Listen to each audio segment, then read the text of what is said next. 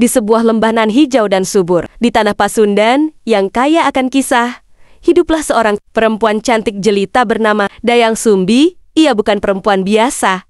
Wajahnya begitu mempesona, seolah Dewi Kahyangan turun ke bumi.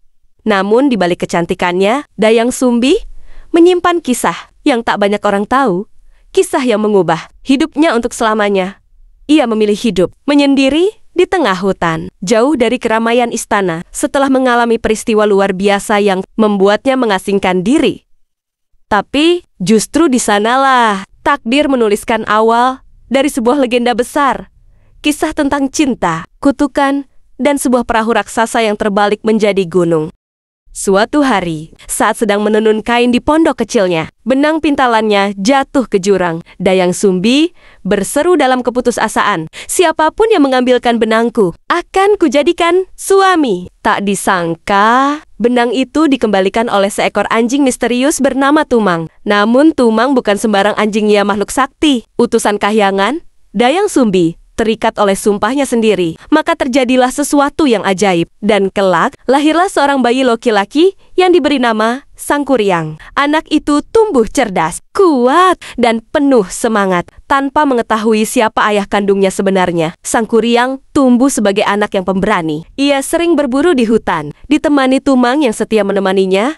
Suatu hari, Dayang Sumbi menyuruh Sangkuriang mencari rusa. Tapi hari itu, hewan buruan sulit ditemukan. Dalam keputusasaan, Sangkuriang memanah Tumang, lalu membawa hatinya pulang. Ia tak tahu bahwa Tumang bukan sekadar anjing biasa, dialah ayahnya dan makhluk pelindungnya. Dengan bangga, Sangkuriang menyerahkan hasil buruannya kepada ibunya. Berharap pujian, namun yang ia terima adalah kemarahan yang belum pernah ia lihat sebelumnya. Wajah Dayang Sumbi pucat seketika. Ia mengenali hati yang dibawa anaknya itu adalah hati Tumang. Air matanya jatuh, amarahnya membara. Ia berteriak dan menghantam kepala Sangkuriang dengan sendok kayu hingga berdarah. "Pergi dari sini, anak durhaka! Anak durhaka!" pekiknya. Sangkuriang tak paham mengapa ibunya begitu marah. Ia lari meninggalkan rumah. Dengan kepala berdarah dan hati hancur, ia tak tahu bahwa ia baru saja membunuh ayahnya sendiri. Dan sejak hari itu, Sangkuriang menghilang, merantau, tanpa arah, membawa luka yang dalam di hati, dan bekas luka di kepalanya, yang takkan pernah hilang. Tahun demi tahun berlalu, Sangkuriang tumbuh menjadi lelaki dewasa yang gagah dan sakti. Ia menguasai banyak ilmu, dari silat hingga kesaktian alam. Tapi luka di hatinya perpisahan dengan ibunya masih membekas. Ia tak pernah tahu alasan ibunya mengusirnya. Dendam dan rindu bertarung di dalam dirinya. Ia bertekad suatu hari akan kembali ke tanah kelahirannya, mencari jawaban dan menuntut takdir yang pernah mencampakkannya. Dan disinilah sang waktu mulai memutar kembali jarum nasib, membawa Sangkuriang kembali ke jalan yang akan mempertemukannya lagi dengan Dayang Sumbi dalam cara yang tak pernah ia bayangkan. Suatu pagi yang berkabut, setelah bertahan-tahan mengembara, Sangkuriang akhirnya kembali ke tanah kelahirannya. Ia tak lagi mengenali hutan-hutan yang dulu akrab. Pepohonan telah tumbuh tinggi, dan udara terasa asing, namun mengundang kenangan. Di tepi hutan, ia bertemu seorang perempuan yang sangat cantik, anggun, dan memesona. Mata mereka bertemu, dan dunia seakan berhenti. Ia tak tahu bahwa perempuan itu adalah Dayang Sumbi, ibunya sendiri. Waktu dan anugerah para dewa telah membuat Dayang Sumbi awet muda. Wajahnya nyaris tak berubah. Sangkuriang jatuh hati seketika, terpikat oleh pesona yang tak ia pahami. Dayang Sumbi pun tak langsung mengenali Sangkuriang. Ia melihat seorang pemuda tampan, tinggi, gagah, dan berwibawa. Tapi ketika matanya menatap dalam luka di kepala pemuda itu, darahnya terasa membeku. Luka itu terlalu familiar. Hatinya bergetar, napasnya tertahan. Ia mulai sadar pemuda itu bukan orang asing. Itu adalah anak kandungnya, Sangkuriang. Dunia Dayang Sumbi runtuh, tapi Sangkuriang terus mendekat, memuji kecantikannya, menyatakan cinta tanpa ragu. Ia ingin menikahi Dayang Sumbi, tanpa tahu betapa terlarangnya cinta itu. Dayang Sumbi panik, ia ingin menghentikan semuanya, tapi tak bisa berkata jujur. Bagaimana mungkin ia mengatakan kebenaran bahwa ia adalah ibunya, bahwa ayah Sangkuriang adalah seekor anjing sakti? Kebenaran itu terlalu mengerikan untuk diungkapkan. Maka, Dengan kecerdikannya, ia menyusun siasat. Ia tak langsung menolak lamaran Sang Kuryang. Ia memberi syarat-syarat yang tampak mustahil. Kalau kau sungguh ingin menikah denganku, katanya, buatlah sebuah perahu raksasa dan bendung Sungai Citarum hingga menjadi danau luas. Tapi, semua harus selesai dalam satu malam.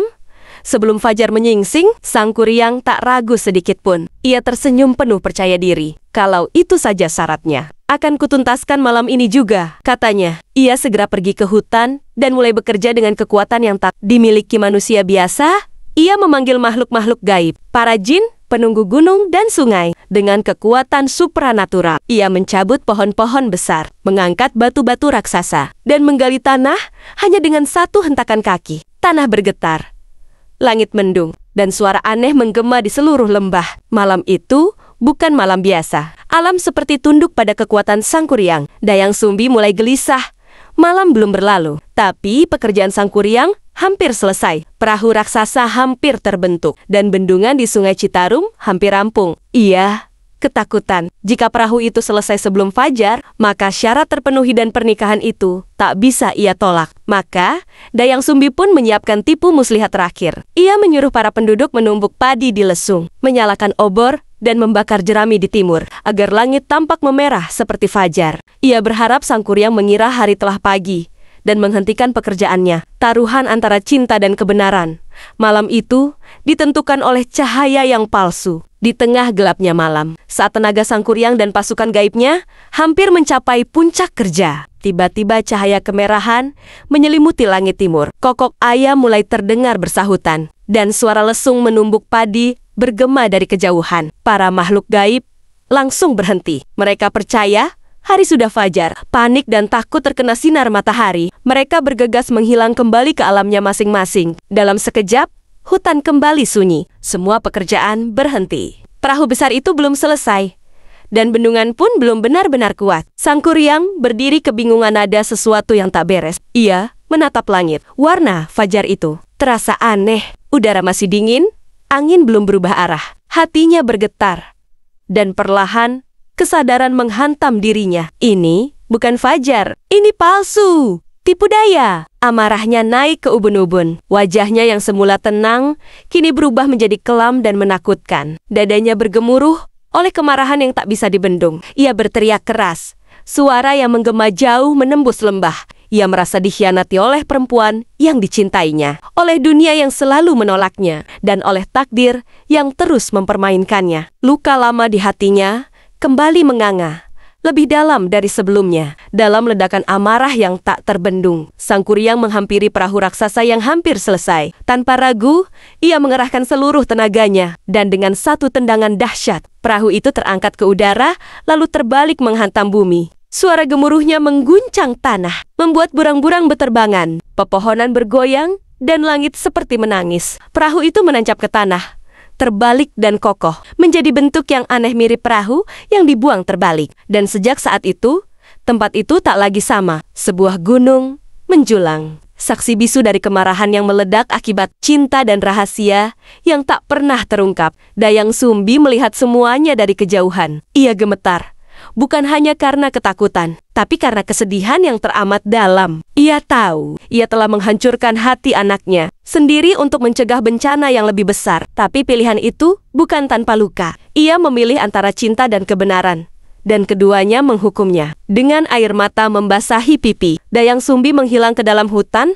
menjauh dari dunia, menanggung beban yang tak pernah bisa ia bagi. Ia tak pernah kembali, dan hanya tinggal kisahnya tentang ibu yang harus menolak anaknya demi menyelamatkan semuanya. Sang Kuryang tak ada yang tahu kemana ia pergi setelah malam itu. Sebagian berkata ia menghilang dalam kabut, menyesali segalanya, terus berjalan mencari ibunya yang telah pergi. Sebagian lain percaya ia berubah menjadi makhluk halus, berkeliaran di hutan, tak pernah tenang karena cinta yang terlarang dan takdir yang terlalu kejam. Tapi satu hal yang pasti, gunung itu tetap berdiri, Gunung Tangkuban Perahu, dan setiap kali angin bertiup kencang di puncaknya, terdengar suara seperti erangan jiwa yang terluka, suara seorang anak yang marah, dan ibu yang menangis dalam diam. Sejak malam itu, gunung yang terbentuk dari perahu terbalik itu diberi nama Tangkuban, perahu yang berarti perahu yang tertelungkup. Gunung itu menjulang dengan bentuk yang tidak biasa. Kalau kau lihat dari kejauhan,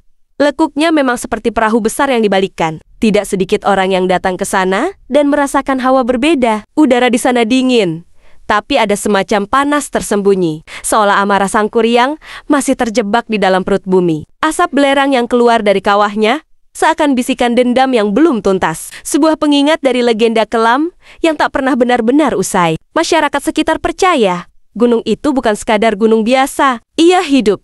Ia menyimpan roh dan kenangan dari masa lalu. Kadang, di malam-malam tertentu, terdengar suara gaib dari arah kawah, seperti jeritan atau suara tangisan. Orang-orang tua bilang, itu suara Dayang Sumbi menyesali segalanya, memanggil nama anak yang tak bisa ia miliki. Di lain waktu, terdengar derap langkah, seperti seseorang berjalan mondar-mondir tanpa arah. Mereka percaya, itu adalah Sang Kuryang, masih mencari, masih bertanya, masih berharap bisa memutar waktu dan memperbaiki yang telah hancur. Tapi dari kisah yang getir ini, orang-orang belajar satu hal penting, bahwa cinta tanpa kebenaran akan membawa kehancuran, bahwa rahasia, meskipun disimpan untuk melindungi, bisa menjadi racun yang mematikan. Dayang Sumbi mungkin bermaksud menyelamatkan anaknya dari dosa besar, tapi diamnya justru menyeret mereka ke dalam takdir yang lebih menyakitkan. Dan Sang Kuryang anak yang terluka oleh ketidaktahuan menjadi korban dari takdir yang tak pernah ia pilih. Cinta mereka bukan cinta biasa, cinta yang tercampur darah, kebohongan, dan kutukan. Legenda ini terus diceritakan dari generasi ke generasi, bukan hanya sebagai kisah rakyat biasa, tapi sebagai pengingat bahwa tidak semua rasa cinta harus diwujudkan, bahwa kadang cinta harus diikhlaskan agar tak berubah menjadi bencana, dan bahwa kebenaran, seberapapun pahitnya, tetap harus diungkap sebelum ia berubah menjadi badai yang menghancurkan segalanya. Gunung Tangkuban Perahu bukan hanya simbol kekuatan alam, tapi juga simbol dari hati manusia yang bisa meledak jika dikhianati. Jadi, bila suatu hari kau berkunjung ke Gunung Tangkuban Perahu, berhentilah sejenak, pandanglah lekukannya yang aneh. Dengarkan bisik angin dan aroma belerang yang menyengat. Bayangkan seorang pemuda yang mencintai ibunya, dan seorang ibu yang harus menolak cinta anaknya. Rasakan cerita yang tak tertulis di batu-batunya, karena di sana, di puncak itu, cinta dan kutukan masih bersatu, menunggu seseorang yang bisa benar-benar memahami arti pengorbanan. Itulah warisan Sang Kuryang, itulah luka Dayang Sumbi.